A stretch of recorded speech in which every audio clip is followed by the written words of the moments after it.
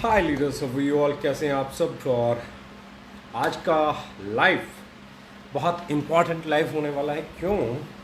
क्योंकि मेरा मानना ये है कि कुछ चीज़ें ऐसी हैं जिन पे बात की जानी चाहिए। बहुत सारे लोग ये सोचते होंगे कि आज तक बिल्कुल सही जाता हुआ एक business plan, okay life care बहुत ही शानदार तरीके से चलती हुई कंपनी, बहुत ही शानदार तरीके से काम करते हुए लोग, बहुत बड़े बड़े अचीवर, बहुत सही इनकम, और उसके बाद भी प्लान को 2 लाख से 4 लाख का कर दिया गया। बहुत सारे लोग सोचते होंगे प्लान को 2 लाख से 4 लाख का कर दिया। अब ये कंफ्यूजन है या सही है, इसके बारे में बात करते हैं। 2 लाख का ही क्यों नहीं, 4 का क्यों, ये क्यों, वो क्यों, 25 तरह की बातें होनी लाजमी है। और मेरा मानना ये है कि बदलाव पे हो हल्ला होता है, होना भी चाहिए, क्योंकि बदलाव जब तक समझ में नहीं आता तब तक उसके बारे में बातें होती हैं। पहली चीज़ तो जो चीज़ें लोग कहते हैं प्लान चेंज कर दिया, तो मैं ये कहना चाहता हूँ प्लान चेंज में और प्लान अपग्रेड में, प्लान चेंज में और अपडेट में अंतर होता है। हमने प्लान को चेंज नहीं किया, प्लान को अपग्रेड किया है। क्यों, उस पर भी हम लोग बात करेंगे। पर पहली चीज़, इसकी आवश्यकता ही क्यों है। पहली चीज़, ये जो हमने किया है इसके पीछे की वजह क्या है। दूसरी चीज़, किया कैसे है। तो मैं कहना चाहता हूँ कि विड्थ का प्लान और डेप्थ का प्लान, 2 तरह के प्लान होते हैं। एक वो प्लान जो डेप्थ से चलता है, जो हम हमेशा से थे, आज भी हैं और कल भी रहेंगे। दूसरा प्लान विड्थ का होता है जिसमें डेप्थ कटिंग हो जाती है, जिसमें डेप्थ कटिंग हो जाती है। नो, हाँ, हमारे प्लान में आज है, ना पहले थी और ना ही आगे हम डेप्थ कटिंग में कोई इंटरेस्ट रखते हैं। अब मुद्दा आता है कि भैया डेप्थ कटिंग की बात कर लें, विड्थ की बात कर लें, दोनों प्लानों के अपने अपने फ़ायदे हैं। विड्थ का अपना फ़ायदा रहा है और डेप्थ का अपना फ़ायदा रहा है। मैं हमेशा कहता था डेप्थ में, जब तक डेप्थ बिल्ड नहीं होगा लीडर बड़ा नहीं हो सकता। ये मैंने कब भी बोला, पहले भी बोला, आज भी बोलता हूँ और आगे भी बोलूँगा। जब तक डेप्थ बिल्ड नहीं होगी लीडर बड़ा नहीं होगा, ये मेरी धारणा थी। कुछ लोगों ने बोला कि जी आत्मा बदल ली, अब आत्मा बदल गई है। तो पहले चीज़ तो मैं बताना चाहता हूँ कि आज से 4 साल पहले, 4.5 साल पहले, या 3 साल पहले, या 2.5 साल पहले, या 2 साल पहले जो भी लोग मुझसे मिले होंगे, मैंने उन्हें ज़रूर कहा होगा कि टाइमली अपग्रेड करना बहुत ज़रूरी होता है। अगर आप चीज़ों को टाइमली अपग्रेड नहीं करोगे तो आप पिछड़ जाओगे। ये पास्ट में बहुत सारी कंपनीज के साथ हुआ है। पहली चीज़, अपग्रेड करना बहुत ज़रूरी है। और आत्मा प्लान नहीं होता। प्लान आत्मा शरीर तो, प्लान शरीर तो हो सकता है, पर आत्मा प्लान नहीं हो सकता, डिस्ट्रीब्यूशन नहीं हो सकता। क्योंकि डिस्ट्रीब्यूशन के बारे में अगर मैं बात करूं तो एक बहुत कॉमन बात करनी पड़ेगी कि इंडिया में एक भी बड़ी सक्सेसफुल कंपनी मुझे दिखा दीजिए, नेशनल और इंटरनेशनल, जिन कंपनीज ने कभी ना कभी कोई ना कोई अपग्रेडेशन, कोई ना कोई चेंज कभी नहीं किया हो। 10 साल पुरानी, 15 साल पुरानी, 20 साल पुरानी, 25 साल पुरानी एक कंपनी का नाम बताइए जिसने कभी भी अपने प्लान के साथ 1% छोड़िए, 0.1% भी छेड़खानी नहीं की हो। की है साहब, लगभग हर बड़ी कंपनी ने की है। और जब लगभग हर बड़ी कंपनी ने अपने प्लान में अपग्रेडेशंस किए हैं तो ओके लाइफ केयर कर रही है, तो हो अल्लाह क्यों। और खासकर मैं उन कंपनीज वाले लीडर्स को बोलना चाहता हूं जो आज हु अल्लाह कर रहे हैं, भैया आपको तो हु अल्लाह करना ही नहीं चाहिए। क्यों नहीं करना चाहिए? क्योंकि आप तो अभी रिसेंटली बदले हो, आप तो बदल रहे हो, आप तो रोज बदल रहे हो। आप लोगों ने अलग अलग समय पे अलग अलग बदलाव किए हैं। जब कोई कंपनी शुरू होती है और जब कंपनी बड़ी हो जाती है, दोनों समय के चैलेंजेस अलग अलग हैं। कई लोग बोलते हैं ऐसे होता है, वैसे होता है। मैं कहता हूँ जब मेरा बच्चा बहुत छोटा था तो मैंने उसे झुंझुना दिया था ताकि उसके साथ खेल ले। जब वो बड़ा हुआ तो उसे किताब पकड़ा दी गई। ये वक्त का तकाजा है, यही प्रोसेस है, यही लाइफ है। जब वो बड़ा होगा तो उसकी ज़रूरतें अलग होंगी, उसकी रिक्वायरमेंट अलग होंगे, उसके चैलेंजेस अलग होंगे, उसके लिए उसको तैयार करना पड़ेगा। जब वो छोटा बच्चा था तो अलग था। मैं हमेशा कहता हूं प्लान किसी भी कंपनी की आत्मा हो ही नहीं सकती, क्योंकि प्लान किसी भी कंपनी का कभी ना कभी अपग्रेड करना ही पड़ेगा। अतीत को उठा के देख लो और भविष्य को दाव लगा के देख लेना। मैं लिख के देता हूं प्लान में अपग्रेडेशन हर कंपनी ने किए हैं और हर कंपनी को करने पड़ेंगे। या तो सिर्फ हम ही ने वो काम कर दिया हो जो पूरे हिंदुस्तान में किसी ने नहीं किया हो, तो आप ये बात बोल सकते हो। तो आत्मा क्या होती है? अगर प्लान शरीर हो सकता है तो आत्मा क्या होगी? आत्मा होगी आपकी विचारधारा, आत्मा होगी आप किस बात, किस एजेंडे के साथ मार्केट में आए हैं। हमारा पहले दिन भी एजेंडा एक था, आज भी एजेंडा एक है और आगे भी एजेंडा एक ही रहेगा। वो एजेंडा क्या है? वो एजेंडा है say no to over price, market price, right price, right kind of quality, सही कीमत पे सही उत्पाद, ये हमारा था। ट्रेडिशनल मार्केट से कंपटीशन, ये हमारा एजेंडा था। हेलीकॉप्टर एंट्री नहीं होना, ये हमारा एजेंडा था। इसकी एंट्री उधर, उसकी एंट्री उधर नहीं लगना, ये हमारा एजेंडा था। लोगों की टीमें उठा के इधर से उधर, उधर से उधर नहीं कर देना, ये हमारा एजेंडा था। इस एजेंडे पे तो हम आज भी हैं। यही आत्मा है। आत्मा क्या होती है? आपकी विचारधारा, आपकी नीयत, आपकी सोच, आपकी प्रवृत्ति, ये होती है आपकी आत्मा। और मेरी आत्मा क्या है? हमारे प्लान की आत्मा क्या है? हमारी कंपनी की आत्मा क्या है? हमारी कंपनी की आत्मा है बल्क बाइंग नहीं होने देना। नहीं हो सकती हमारे बिजनेस प्लान के अंदर। बल्क सेल हो सकती है, बल्क परचेज नहीं हो सकती, क्योंकि हम राइट प्राइस पे बेचते हैं तो हमारा प्रोडक्ट तो बहुत बिक सकता है, लेकिन किसी का घर गोडाउन नहीं बनेगा। हमने हमेशा वही एजुकेशन दिया है कि लोगों के घर गोडाउन नहीं बनने चाहिए, रैंक सिस्टम नहीं होना चाहिए, विड्थ खोलने के लिए डेप्थ की कटिंग नहीं होनी चाहिए, सेम रैंक पे आके बिजनेस को लॉस नहीं होना चाहिए। ये हमारी सबसे इंपॉर्टेंट टॉपिक है। प्लान आत्मा नहीं हो सकती, प्लान शरीर हो सकता है। शरीर बदल जाता है, आत्मा नहीं बदलती। आत्मा है ट्रेडिशनल मार्केट से कंपटीशन करना, अच्छे प्रोडक्ट लेके आना, सही कीमत पे प्रोडक्ट लेके आना, अपने ग्राहक को बिना लूटे, अपने ग्राहक को वैल्यू फॉर मनी डिलीवर करना, उससे ज़्यादा कीमत वसूल नहीं करना, उसे सही कीमत पे माल देना। ये हमारी आत्मा थी, ये हमारी आत्मा और ये हमारी आत्मा रहेगी। रही बात प्लान की, तो कुछ लोग हो हल्ला कर सकते हैं, दूसरी कंपनी वाले भी कर सकते हैं, बड़ी बड़ी कंपनी वाले कर सकते हैं, जिसका दिल करे कर सकते हैं, लेकिन करे वही जिसने अपने प्लान में कभी खुद कोई बदलाव नहीं किया।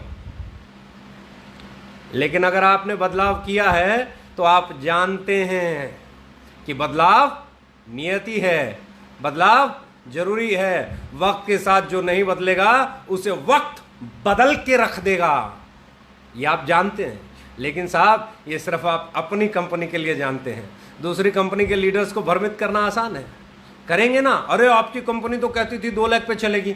हमारी कंपनी का पूरा बिजनेस प्लान जो पहले था वही लगभग आज भी 2 ही लाख से आता है।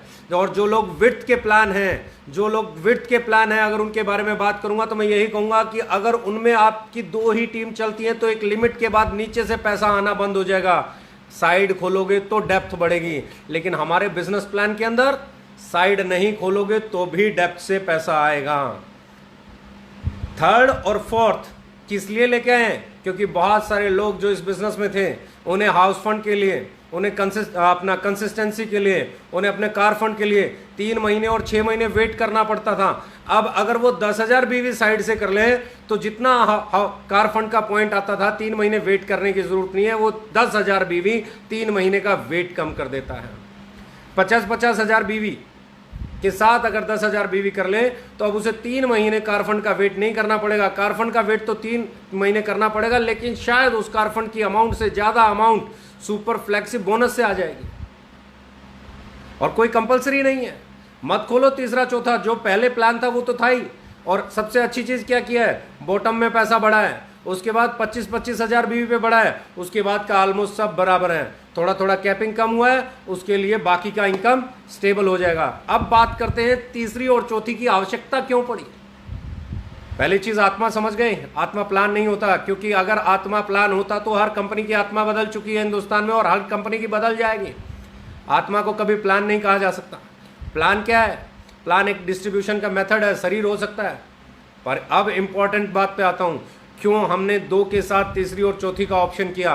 पहली चीज़, लोगों को 3 महीने कार फंड और हाउस फंड का वेट करना पड़ता था 6 महीने, लेकिन अगर वो सुपर फ्लैगशिप और फ्लैगशिप 10,000 और 20,000 और 10,000 कर सकते हैं तो उनको उसी महीने से एक एडिशनल इनकम मिलना शुरू हो जाएगी।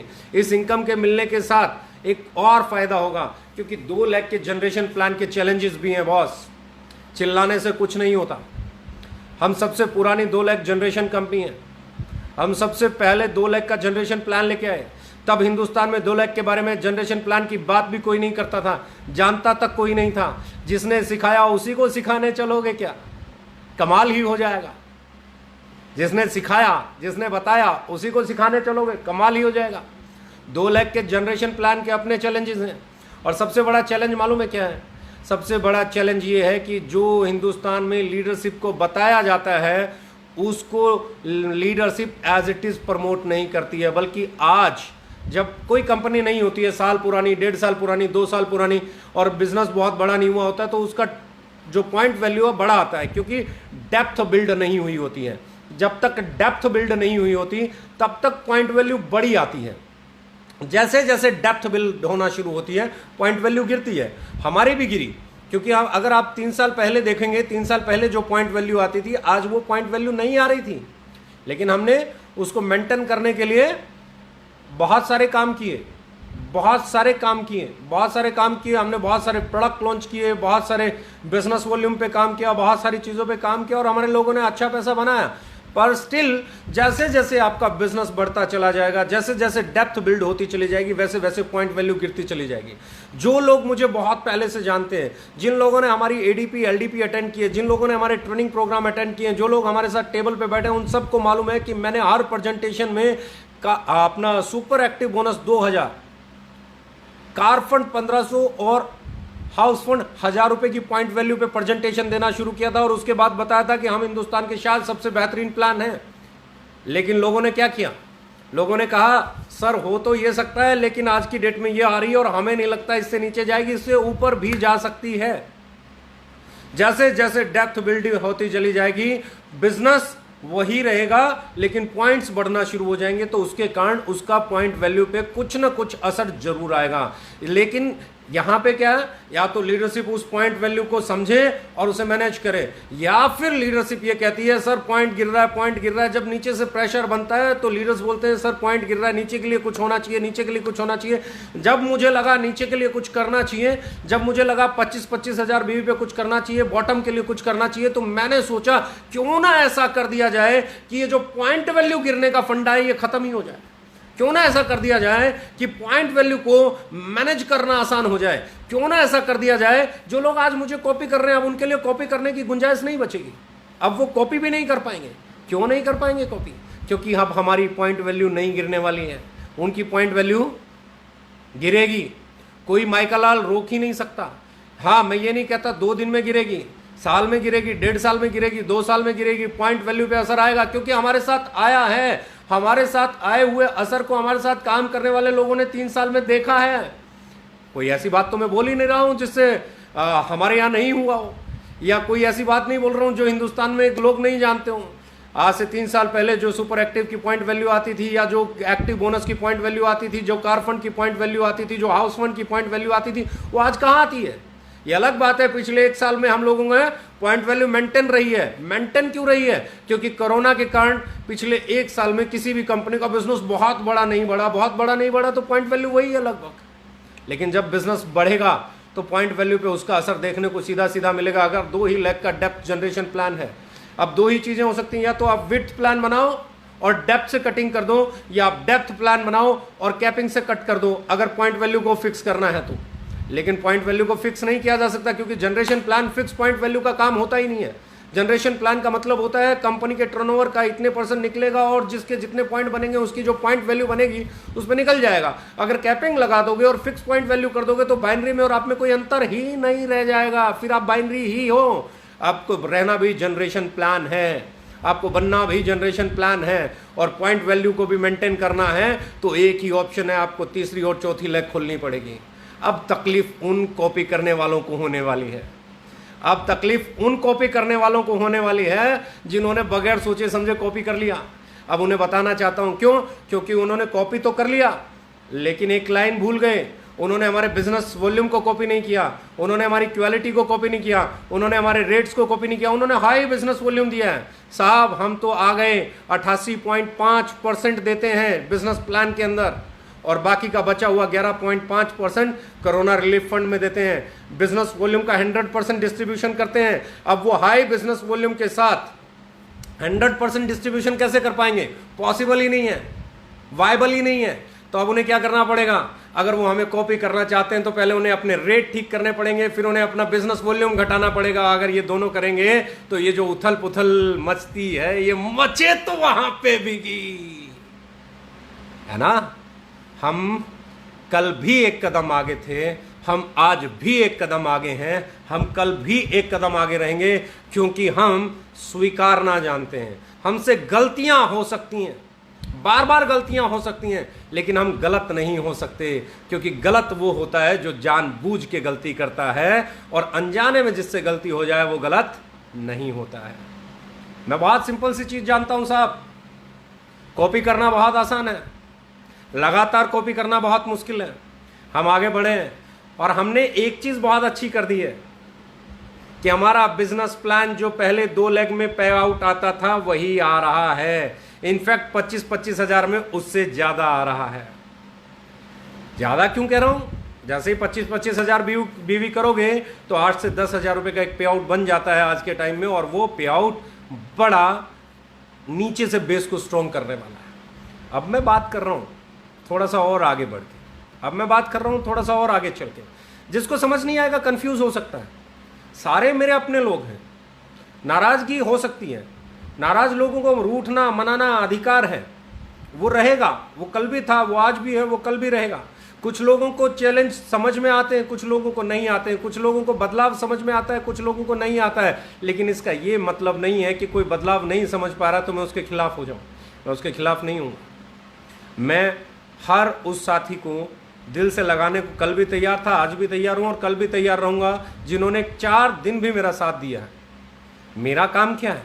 मेरा काम है आप लोगों के साथ खड़ा होना, आप लोगों को सही दिशा में लेके जाना, आप लोगों को सही परफेक्ट दिशा में लेके जाना। अब कमाल की बात बताने वाला हूं, जो विड्थ प्लान है उनमें कंडीशन होती है, तीसरी नहीं खोलोगे, नीचे वाला बराबर आ गया तो आपका पे आउट वहीं रुक जाएगा, नीचे वाले से आपकी इनकम आना लगभग कम हो जाएगी या नहीं आएगी।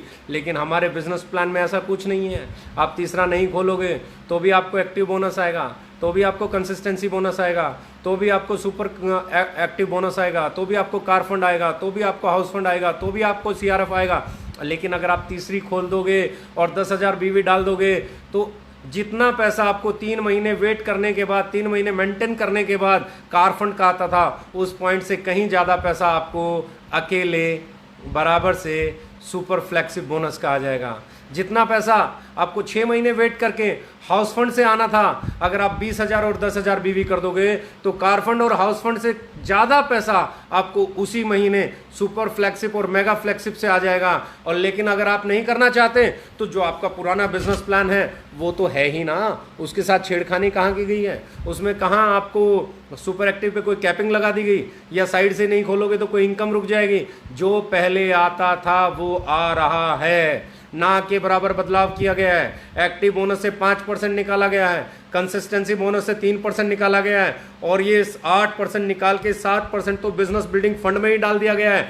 1.5% एक्स्ट्रा हाउस फंड पे जो पहले की कोरोना रिलीफ फंड नहीं था वहां डाल दिया गया है। यानी कि प्लान 2 लेग चला रहे थे उनके लिए, दो टीम चला रहे थे उनके लिए पहले जैसा ही है, इनफैक्ट बॉटम में पहले से ज्यादा पावरफुल है। और जो लोग बड़े हो चुके हैं और अब साइड में बिजनेस करने की काबिलियत रखते हैं, अगर वो साइड से बिजनेस करना शुरू कर देंगे तो एक चीज आपकी कंफर्म हो जाएगी, वो होगी आपकी पॉइंट वैल्यू।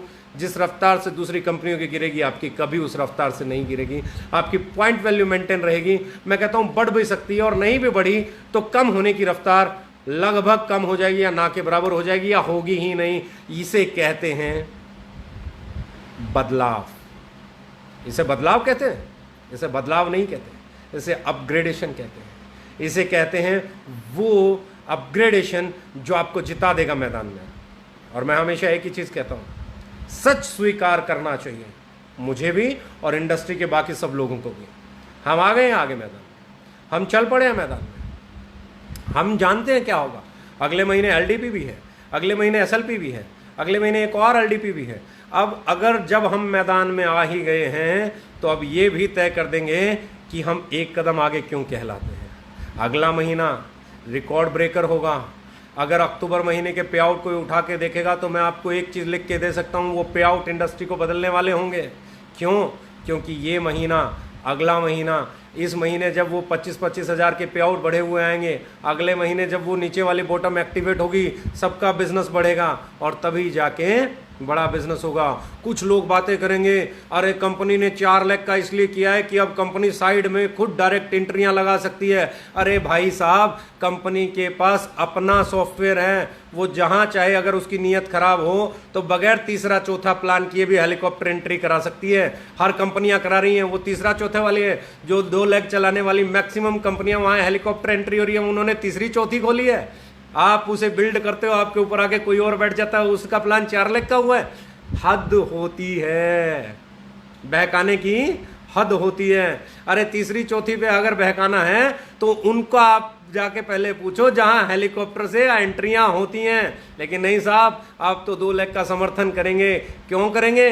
क्योंकि वहां पे हेलीकॉप्टर एंट्रियां होती हैं। अब एथिक्स कहां जाएंगे? एथिक्स पे बात होनी चाहिए, सिद्धांतों पे बात होनी चाहिए, हेलीकॉप्टर एंट्री पे बात होनी चाहिए,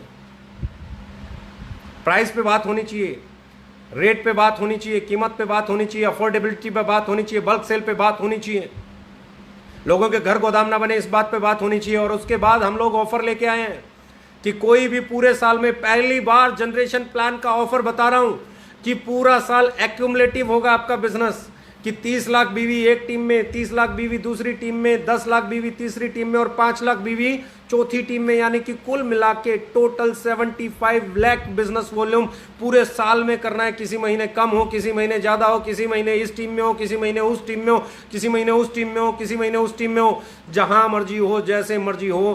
5 लाख रुपए का रिवॉर्ड डाउन पेमेंट आपके फ्लैट के लिए आपको मिल जाएगी। गाड़ी लेना चाहते हो, गाड़ी के लिए मिल जाएगी। बहुत सारे लोगों के पास घर होगा, वो गाड़ी ले सकते हैं। जिनके पास गाड़ी नहीं लेना चाहते, जिनके पास घर नहीं है, उन्हें घर ही लेना चाहिए। उनको फ्लैट के लिए 5 लाख रुपए की डाउन पेमेंट कंपनी की तरफ से मिल जाएगी। अगर यही चीज़ आपकी 60 लाख, 60 लाख, 20 लाख और 10 लाख यानी कि 1.5 करोड़ बिजनेस वॉल्यूम अगर कोई पूरे साल में कर लेगा तो उसे 15 लाख रुपए डाउन पेमेंट घर के लिए या गाड़ी के लिए कंपनी की तरफ से दी जाएगी। और ये एक्यूमुलेटिव है, कभी ये टीम चल गई, कभी ये टीम चल गई, कभी ये चल गई, कभी ये चल गई, भले ही बैलेंस ना हो। ये 15 लाख रुपए जैसे ही आप ये 1.5 करोड़ रुपया का business volume, 1.5 crore business volume करोगे, 60 lakh business volume, 60 lakh business volume, तीसरी लेग में आपका 20 लाख बिजनेस वॉल्यूम और चौथी लेग में 10 लाख बिजनेस वॉल्यूम करोगे तो ये भी आएगा। फिर एलडीपी है 5,000, 5,000, 5,000, 2,500 पे। फिर एसएलपी है 40,000 और 55,000 पे। बहुत कुछ है। आइए इंडस्ट्री बदलते हैं, आइए इंडस्ट्री को आगे लेके जाते हैं। आइए हम तय करते हैं कि हमें किस दिशा में जाना है, भरम की दिशा में या कामयाबी की दिशा में। ये महीना बहुत कुछ तय करेगा। अगले महीने 10 तारीख को जो पे आउट आएंगे बॉटम लाइन में, वो बॉटम लाइन से जब मूव करना शुरू करेंगे, बॉटम लाइन के लोग जब आगे बढ़ना शुरू करेंगे, बॉटम लाइन के लोगों में जब जोश आएगा, जब वो बिजनेस को बड़ा करना शुरू करेंगे, तो अगले महीने हर लीडर का पे आउट बढ़ने वाला है। Be ready, I am always with you. और मैं सच्चाई से भागता नहीं, सच्चाई को स्वीकार करता हूँ। जितने भी दोस्त हैं नाराज हो सकते हैं, एक रिक्वेस्ट और करूंगा, किसी के बारे में कुछ भी नेगेटिव मत बोलना, क्योंकि हर आदमी की अपनी पर्सनल विचारधारा हो सकती है, वो कुछ भी कह सकता है, उसे कहने दो। बस आप लोग अपना काम करो और एक चीज़ समझ लो, जीत सिर्फ पॉजिटिविटी की होती है। जीत सिर्फ उस इंसान की होती है जो सच के साथ चलता है। जीत उस इंसान की होती है जो धर्म के साथ चलता है। जीत उस आदमी की होती है जो नियति के साथ चलता है और साफ नियत के साथ चलता है। और वही हमारा सबसे बड़ा हथियार होता है। अपने धर्म पे रहो, अपनी नीयत को साफ रखो, अपनी नीति को स्पष्ट रखो, आगे बढ़ो। किसी से गलती हो सकती है, मुझसे भी हो सकती है, तो सामने वाले से भी हो सकती है। इंसान गलतियों का पुतला है, उसे माफ़ करो और उस पर बवंडर मत क्रिएट करो। जिस भी आदमी से मैं बात करना चाह रहा हूँ जितने भी लोग हैं, सबसे एक ही चीज़ कहना चाहता हूँ कि भैया सब लोग एक चीज़ समझ लो, इनकम कैरियर फोकस करने से बनेगा, डिस्ट्रैक्ट होने से नहीं बनेगा। Let's change the market. Okay हैं हम, मार्केट बदल देंगे हम। Thank you very much, love you all.